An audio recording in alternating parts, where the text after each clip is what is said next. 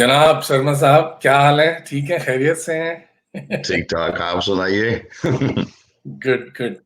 बहुत दिनों बाद हो रही है फिर मुलाकात आपसे। जी हाँ। 2-3 हफ्ते जी हो हाँ गए जी। तकरीबन। बस होनी चाहिए बस।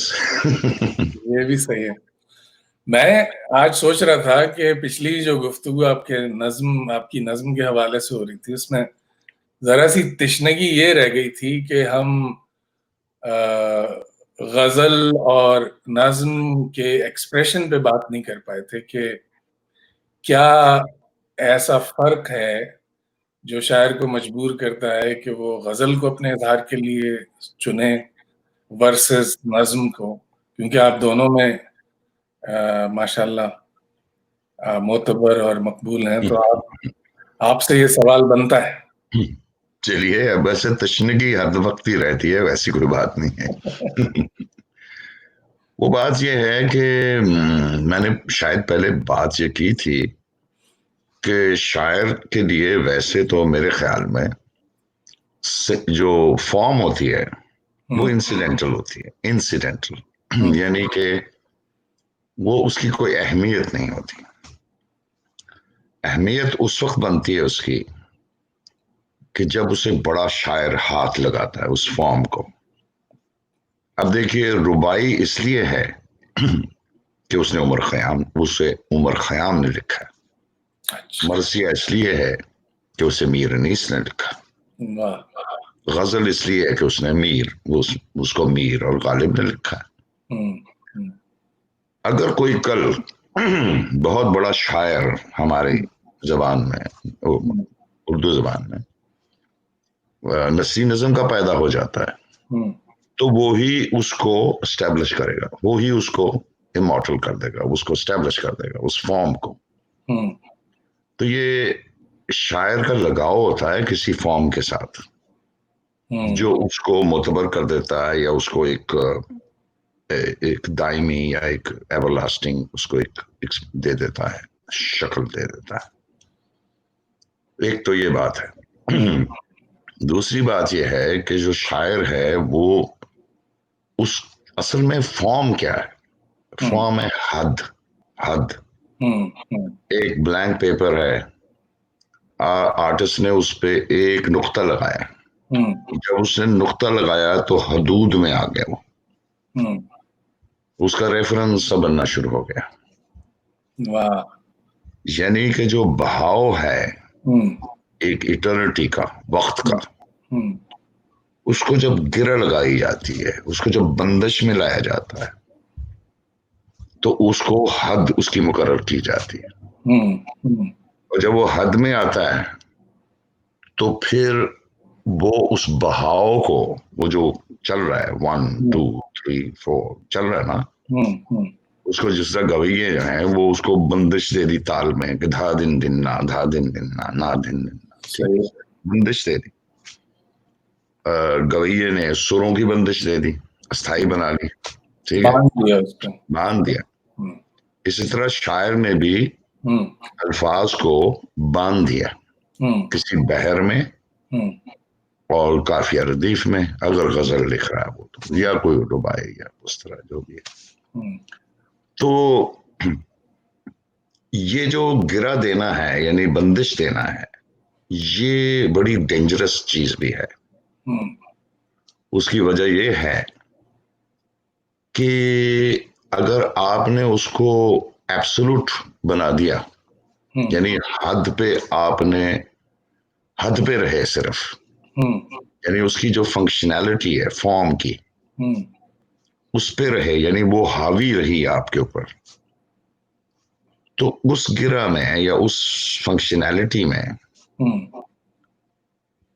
वो जो बहाव है नजर नहीं आएगा। अच्छा।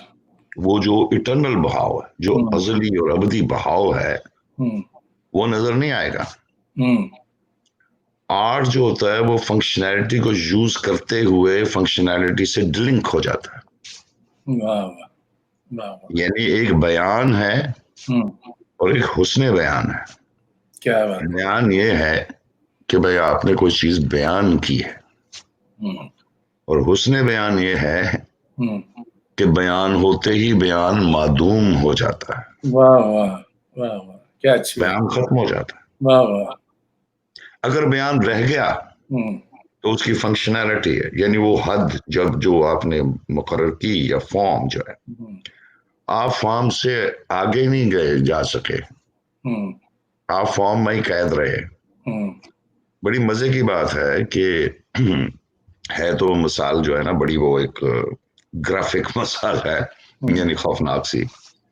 ये जो दादाइस थे हम्म जिन्होंने सारे वो बुर्जुआजी आर्ट को बड़ा चैलेंज किया और डिस्ट्रॉय किया और जो भी, हम्म उसमें एक दुशान वो है, स्कल्प्टर था फ्रेंच, बड़ा मजे का था।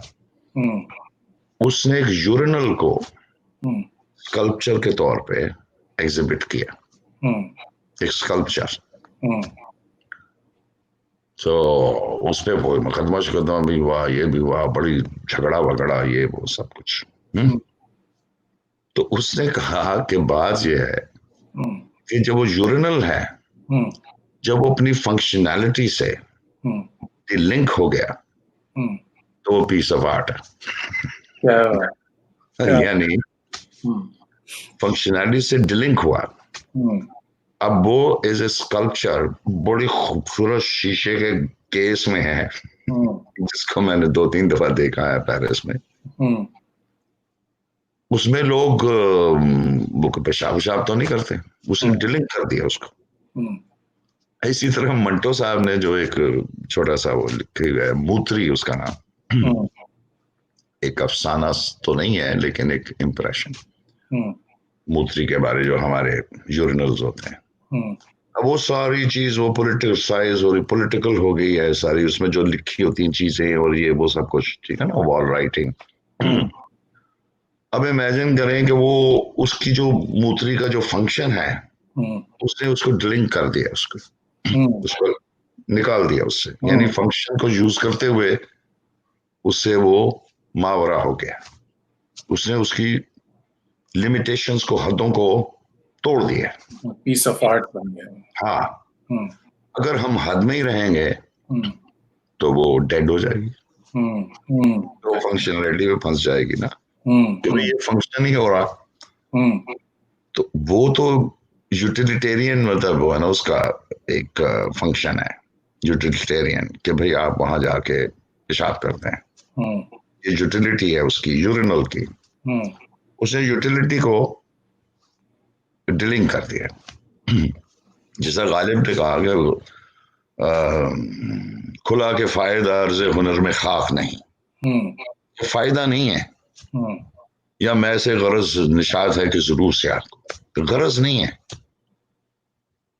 ठीक है ना। हम्म यानी एक बे इरादा सी वारगी है, यानी कि एक, इसमें कोई इरादा उस तरह का नहीं है कि भाई हमने इसको यूं रखना है, यूं रखना है, उसको जकड़ के रखना है फॉर्म को। हम्म। तो ये गजल जो में भी है। फॉर्म थी गजल की, हाँ इसने हमें सदियों जकड़ के रखा ना। हाँ, अभी भी रखा हुआ। तो नहीं, वो फॉर्म तो, ने, वो हाँ, जो फॉर्म होती है ना, फॉर्म, हम्म वो बड़ी एक्सेसिबल है ना, हम्म एक्सेसिबल, कि हम्म भाई काफी रदीफ जोड़ लिया, बस ये कर लिया, हम्म है accessible. But this is very deceptive, hmm this is like a chess playing. हम्म गजल में जो फॉर्म है वो बड़ी नैरो है, हम्म उसकी बड़ी हदें हैं, बड़ी कड़ी। बज़ाहिर वो आसान नजर आती है हम्म कि भाई काफिया रदीफ मिला लिया और चलो भाई किसी बहर में लिख दिया, हम्म लेकिन वो शतरंज के खेल की तरह बहुत ही वो आपकी क्रिएटिविटी को चैलेंज करती है। हम्म जितनी हद जो होगी ना, वो जितनी तंग होगी, यानी कि जितनी आप पे हदें लगाई जाएंगी, हर्डल्स, हम्म, उतना ही आपका इमेजिनेशन, आपकी क्रिएटिविटी जो है वो चैलेंज होती रहेगी, ठीक है, सही। नैरो। हम्म अब मसलन शायरी का जो वस्फ है बहुत बड़ा, वो इख्तिसार है, हम्म इख्तिसार। हम्म और गजल में आपने देखा होगा बहुत इख्तिसार है, यानी कि एक शेर में आप गालिब का कोई भी शेर एक बात पूरी मुकम्मल। पूरी कायनात है भाई, पूरा एक वर्ल्ड है, ठीक है, वो इख्तिसार है। तो वो जो ब्रेविटी है, कंडेंस करना चीजों को, कंप्रेस, क्योंकि शायरी का ये एक ये भी गेम है कि वो शायरी जो है वो इंटरनलाइज, यानी कि वो चीजों को खींच के लाती है, इस तरह एम्ब्रेस करती है। जबकि नज्म जो है वो जरा, या प्रोज जो है खास तौर पर, वो यूं जाती है, यानी एक्सटेंसिव होती है, ये इंटेंसिव होती है, यानी शिद्दत जब पैदा होती है बहुत ज्यादा आपके जज्बात में, शिद्दत, तो वो चीजें कंडेंस हो जाती हैं। आप गुस्से में हैं या आप बड़ी खौफनाक मोहब्बत में मुब्तला हैं, तो आप लंबी चौड़ी बातें नहीं करते, आप तो गिरेबान से पकड़ कहते हैं यार तू मेरा मशूक है, यार I love you, you know, condense हो जाती चीज, मतलब वो ग्राफिक हो जाती, उसमें इंटेंसिटी आती, ठीक ना। तो ये जो वेस्ट, जो लोगों का कॉन्सेप्ट है कि वेस्टर्न इन्फ्लुएंस की वजह से प्रोज आई हमारे पास, जैसे अफसाना और नॉवेल है, या शायरी की बात शायरी तक ही रहें तो नज्म की सारी शक्लें जो हैं वो इस वजह से आई कि हम गजल में वो बात एक्सप्रेस नहीं कर पा रहे थे, और जैसे जैसे वेस्ट का इन्फ्लुएंस बढ़ता गया तो हमें उस एक्सप्रेशन को भी बदलना पड़ा, या हमें मजीद एक्सप्रेशंस की जरूरत पड़ी। देखें, नज्म तो पहले भी यहाँ मौजूद थी मसनवी के अंदर, बात ये नहीं है। देखें, जो आर्टिस्ट है या शायर है या जो भी क्रिएटिव बंदा है, वो किसी खिते का नहीं होता, होता है लेकिन होते हुए नहीं होता, ठीक है ना, क्योंकि एक दुनिया में एक कबीला है आर्टिस्टों का, शायरों का, म्यूजिशियंस का, वो कबीला है, वो चाहे अफ्रीकन है या लैटिन अमेरिकन है या वो न्यूयॉर्क में बैठा हुआ है या वो कहीं भी बैठा हुआ, उनकी आप देखें, आप किसी गैर मुल्की आर्टिस्ट से मिलें तो वो बहुत जल्दी आपके साथ घुल मिल जाएगा, और ब्यूरोक्रेट को मिले, किसी और को मिले तो आपसे बड़े मसाइल से फॉर्मेलिटीज होंगी, बहुत से और सोशल मसाइल होंगे। कोई कबीला है, उससे जफ्फियां मारनी तो बहुत जरूरी है, ठीक है। एक है colonial character of some culture, colonial character है, एक है डीकॉलोनाइज्ड फ्री एम्ब्रेस, एक है embrace to kill, forced, you embrace to kill, कि आप धोखे से आप उसको जफ्फियां डाल रहे हैं और उसको साथ ही आपने मर्डर कर दिया। ये जो आर्टिस्टिक एम्ब्रेस है ये तो बहुत बड़ी होनी चाहिए। अब वो जो लोग अब टीएस इलियट या ये जो लोग काम कर रहे थे, एजरा पाउंड और मॉडर्न और ये सारे लोग जो भी थे, या दादाइस या हिपीज, एलन गिन्सबर्ग हो गया, या ये लोग जितने थे जो नई वर्ल्ड क्रिएट करने की कोशिश कर रहे थे, वो उनका मकसद को कॉलोनाइज करना तो नहीं था, लेकिन अंग्रेज का हिंदुस्तान में अंग्रेजी कल्चर को या उसकी सुपीरियर, यानी उसकी सुपीरियरिटी को कायम करने का एक कॉलोनियल मकसद था, यानी कि इसको जलील करो भाई, ये गजल क्या है। मजे की बात यह है कि गजल और क्लासिकल म्यूजिक ये अंग्रेज को कभी समझ में नहीं उससे कहा ना, ज़ौक़ ने कहा कि भाई वो ना हुआ पर ना हुआ मीर का अंदाज नसीब, ज़ौक़ यारों ने गजल, ज़ौक़ यारों ने बहुत जोर गजल में मारा, ठीक है। तो उन्होंने भी बड़ा जोर मारा कि भाई है क्या, ये क्लासिकल म्यूजिक क्या है, ये गजल क्या है, उन्हें समझ नहीं, अभी तक नहीं आई। अभी अंग्रेजी में वो गजलें लिखते हैं बहुत से अमेरिकन लेकिन समझ में नहीं है। ठीक है, क्यों? तो जब उन्हें समझ में नहीं आ रही तो उन्होंने रिजेक्ट कर दी। उन्होंने कहा ये क्या बकवास है भाई, ये तो मुबालगा है, फलाना है, ये है, वो है।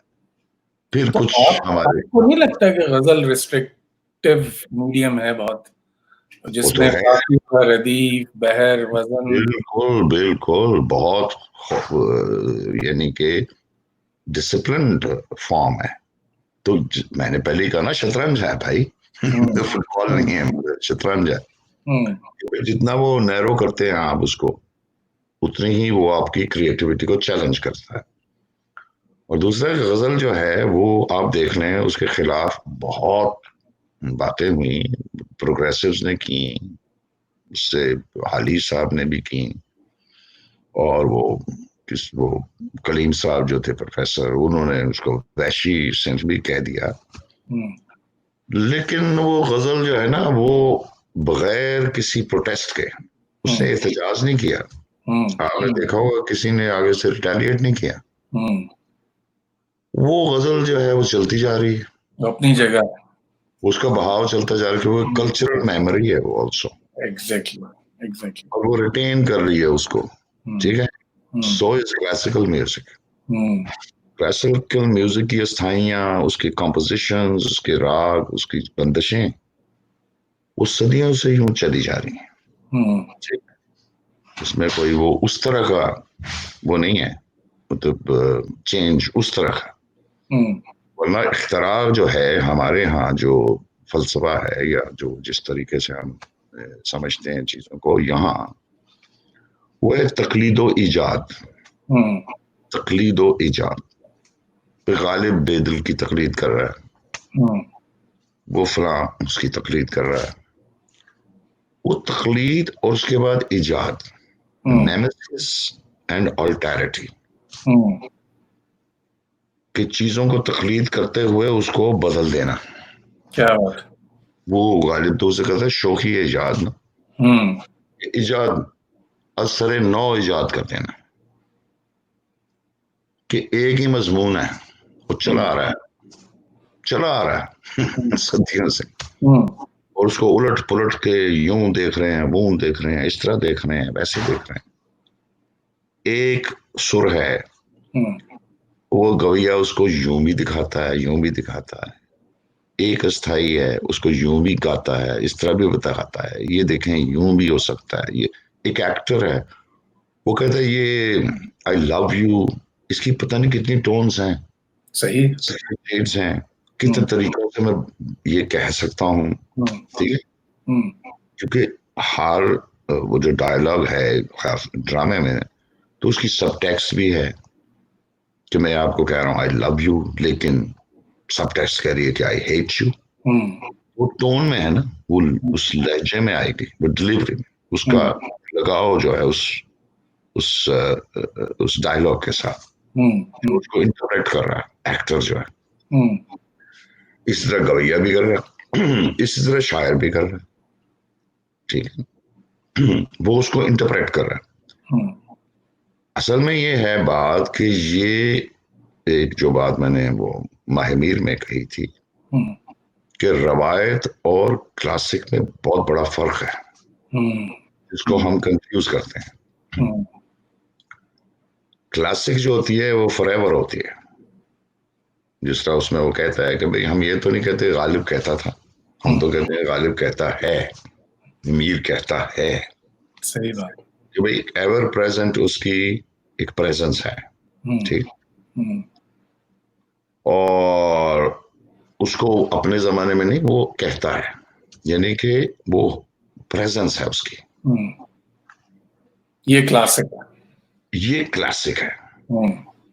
क्लासिक की जो दोहराहट है, तकलीफ है, और वो बोलते जाओ, उसी को पीटते जाओ, फ्लॉगिंग द डेड हॉर्स।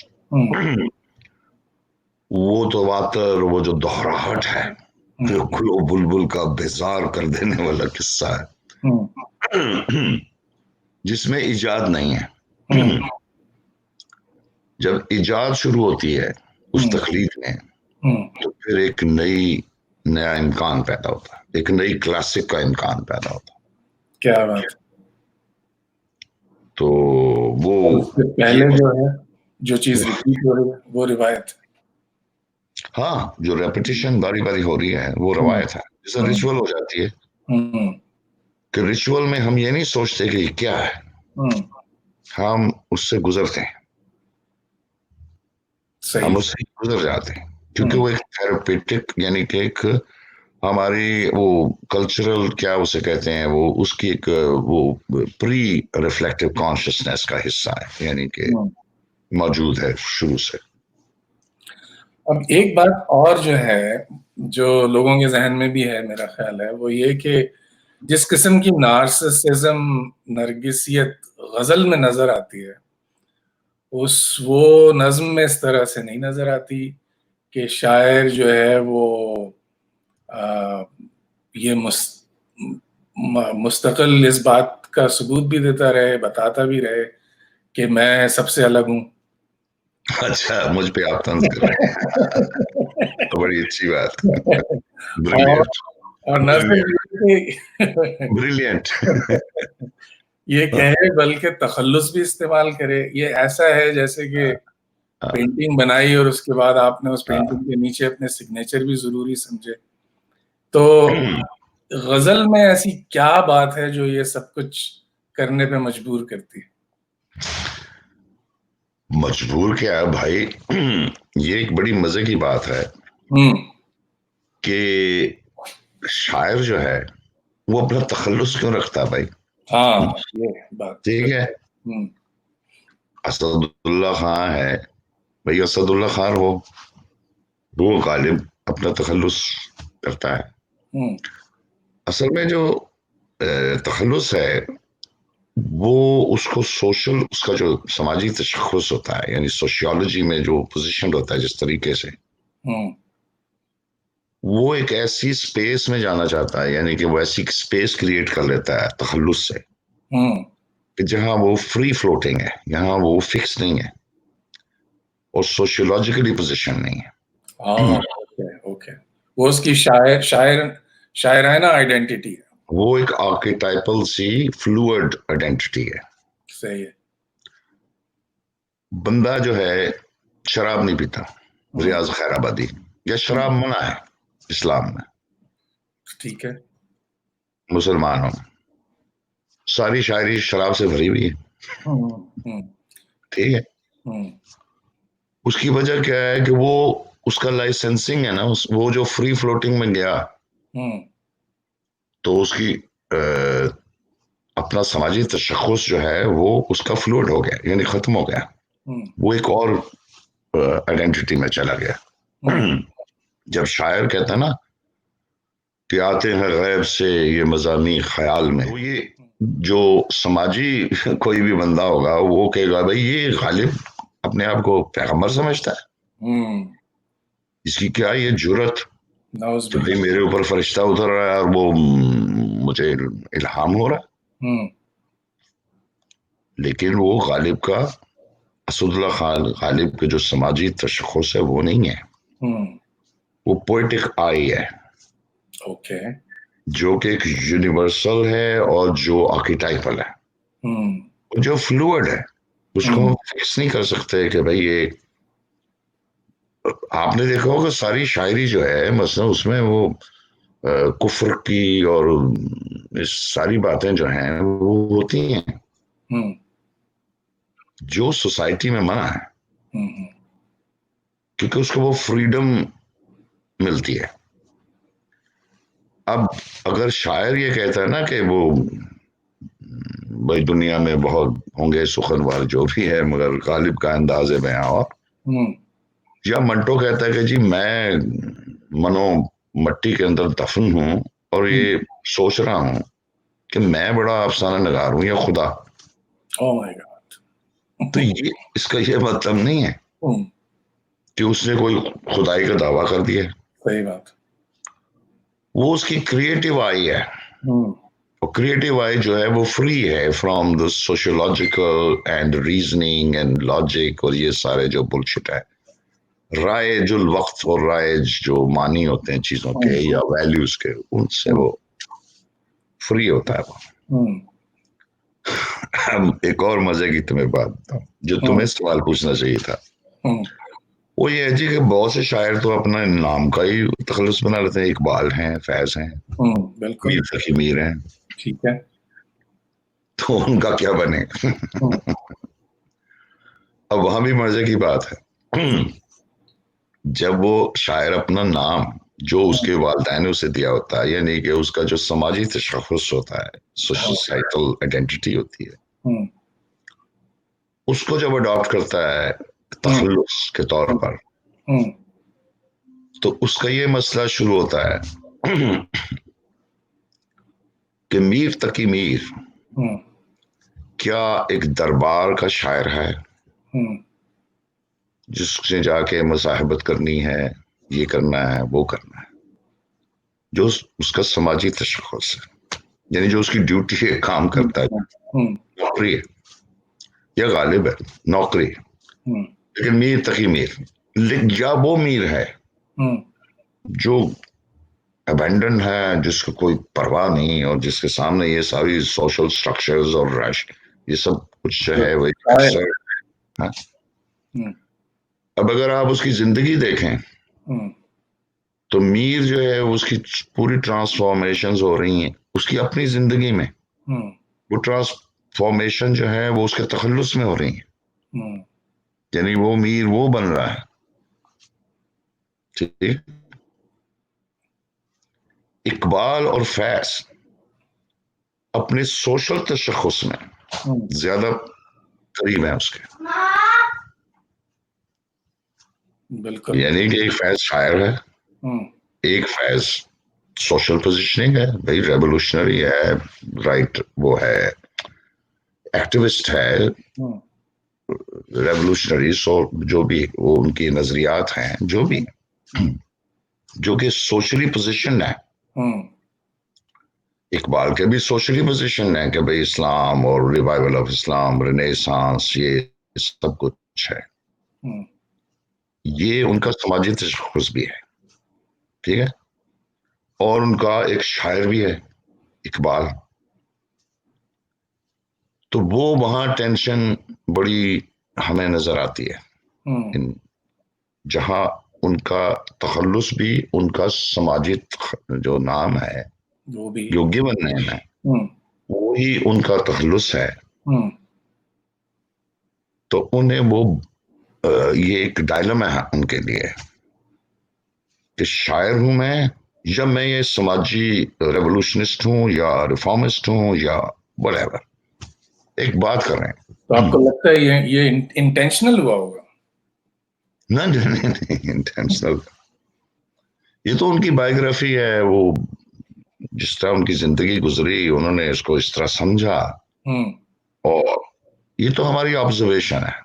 नहीं, मीर के बारे में तो हम कह रहे हैं कि जो मीर की जो सोशल आइडेंटिटी है वही उसकी पोएटिक आइडेंटिटी में ट्रांसफॉर्म होती जा रही है, लेकिन इकबाल और यानी कि वो, ऐसा नहीं हो रहा। हाँ, उसमें उनकी सोशल आइडेंटिटी जो है ना, यानी एक सूरत में शायर जो है वो डोमिनेट कर रहे हैं सोशल आइडेंटिटी पे, हाँ, मीर के रेफरेंस में ठीक है। वो अपनी सोशल आइडेंटिटी को गालिब नहीं होने देता उसके ऊपर, उसको इंटरफेयर नहीं करने देता। लेकिन फैज साहब और इकबाल में यह है कि उनकी जो सोशल आइडेंटिटी है, जो पोजीशनिंग है, जो पावर हिरार्की में उनकी पोजीशनिंग है, वो बहुत ज्यादा डोमिनेट करती है उनकी शायरी। ये मैं कहने की कोशिश कर रहा हूँ कि वो जो दो डुअलिटी होती है शायर के अंदर, कि एक फ्लूइड उसकी आइडेंटिटी है और एक उसकी पोजीशन यानी कि डिफाइंड आइडेंटिटी है, फिक्स्ड सोशल, वो एक दूसरे जुदा भी नहीं होते। मतलब वो ये नहीं होता कि वो कोई कंपार्टमेंटलाइज्ड है, केमिकली प्योर, मतलब वो एक और बंदा है, यानी हाइड एंड जैकल नहीं है, ये कोई साइकोलॉजिकल मसला है। वो एक इमोशनल एंड इंटेलेक्चुअल और एक विजन, इन चीजों के के रेफरेंस है, मैकेनिकल नहीं है। मसलन ओवरलैप कर जाता ना, तो इकबाल को भी उड़ा के यूं करके उसकी सारी सोशियोलॉजी को, उसकी सारी बिलीफ्स जो भी है, वो एक मिसरा यूं करके उसको उड़ा के ले जाता है। जब वो शायर, इकबाल का शायर जब बेदार होता है तो उसके सारे स्ट्रक्चर को तोड़ दे, जड़ा दे ममूले को शहबाज से, वो शहबाज बस खत्म हो गया। सही बात, सही बात, सही बात। तो जितने मेरे बहुत सारे जो जानने वाले हैं, दोस्त हैं, जो शायर भी हैं, वो किसी एक तरफ झुकाव बहुत ज्यादा हो जाता है। या तो वो गजल के शायर कहलाने लगते हैं या वो नज्म के शायर हो जाते हैं। ये तो अगेन सोशल फीडबैक है। अच्छा। जिसके मुताबिक वो जो शायर है वो कंडीशन होना शुरू हो जाता है, where the audience and the critics and the social trends they start dictating the poet. अच्छा। ये ऐसे ही है कि मैं गजल लिखता हूँ और वो बहुत पॉपुलर होती है, तो मैं इस झांसे में आता हूँ कि भाई ये ही है शायरी, और उस फीडबैक से मैं उसको रिपीट करता रहता हूँ। उस गजल की सारी जो भी उसकी सक्सेस है या जो भी उसका हुआ है, यहाँ शायद डिक्टेट हो रहा है अपने ऑडियंस से, और वहीं वो बेचारा मार खा जाता है। आप पे नहीं असर किया फीडबैक ने? आपने दोनों, आप पे नहीं असर किया ये ऑडियंस के फीडबैक ने? आपने दोनों असनाफ में मार का दिखाया। नहीं, मैं मार का शार के उस चक्कर में नहीं हूँ, खुदा न करे। मैंने तो कहा है पहले भी कि भाई जो भाव में चीजें हैं, इसको भी देख लो, उसको भी देख लो, उसको भी चख लो क्या है। और वैसे भी अगर गौर से करें, देखें, तो एक फॉर्म को दोहराते रहना आसान नहीं है, बिल्कुल आसान नहीं। अगर आप गालिब को भी देखें ना, तो वो एक फॉर्म है उसके पास गजल की, कसीदा भी लिखा उन्होंने, लेकिन उनकी जो प्राइमरी फॉर्म यानी कि जो बेस वो गजल है। और वो इधर उधर कहते भी हैं तंगनाए गजल। अगर आप गौर करें तो उनके जो लेटर्स हैं वो एक फ्रीडम में आता है यूं करके। हाँ, बिल्कुल सही बात। और वो तंगनाए गजल को तोड़ फोड़ के और वो खुद he was conscious of this कि इसमें एक लिटरेरी मेरिट है, इसलिए उन्होंने यानी कहा भी, ख्वाहिश भी जाहिर की कि इनको इकट्ठा करके शाया किया जाए। और आपको पता है गालिब की जो प्रोज है वो 20th सेंचुरी प्रोज, यानी कि वो आज भी वही प्रोज, यानी कि वो प्रोज है जिसका असर मंटो पे भी है। सही। और जिसका असर हमारी यानी सोशियोलॉजी या जिस जो भी आप कह लें, जो प्रोज के जो मसाइल हैं वो उस पर अभी तक असर है और रहेगा। वो जो एक उसकी स्पॉन्टेनिटी है, उसके जो एक वालिहाना अंदाज है, उसने कैप्चर किया है, वो आसान नहीं है। सही। It's beautiful. तो ये तो जाते जाते अगर आपको दो चार शेर उस गजल के याद हों और वो अता कर दें आप, तो कौन सी गजल? सबसे अलग वाली। यार तुम अभी तक वही फंसे हो, मेरा ख्याल है तुम्हें मेरे दुश्मनों ने तुम्हें को ब्रीफ किया हुआ है आज। भाई वो गजल हर जगह छपी हुई है, बहुत से लोगों ने सुनी हुई है, मैंने बहुत जगह पढ़ी हुई है, और वो बहुत पुरानी गजल है। इस कॉन्टेक्स्ट में लेकिन वो वो जो आप जिस तरफ रेफरेंस जो रेफर कर रहे हैं नरगिसियत और ये वो, उसकी वजह ये है कि वो जो मेरा एक किसी ने किताब जो मुरतब की है अशरफ सलीम साहब, वो उन्होंने ये उस गजलों का वो जो मजमुआ है हाँ। उन्होंने इसका टाइटल रखा सबसे अलग। हम्म।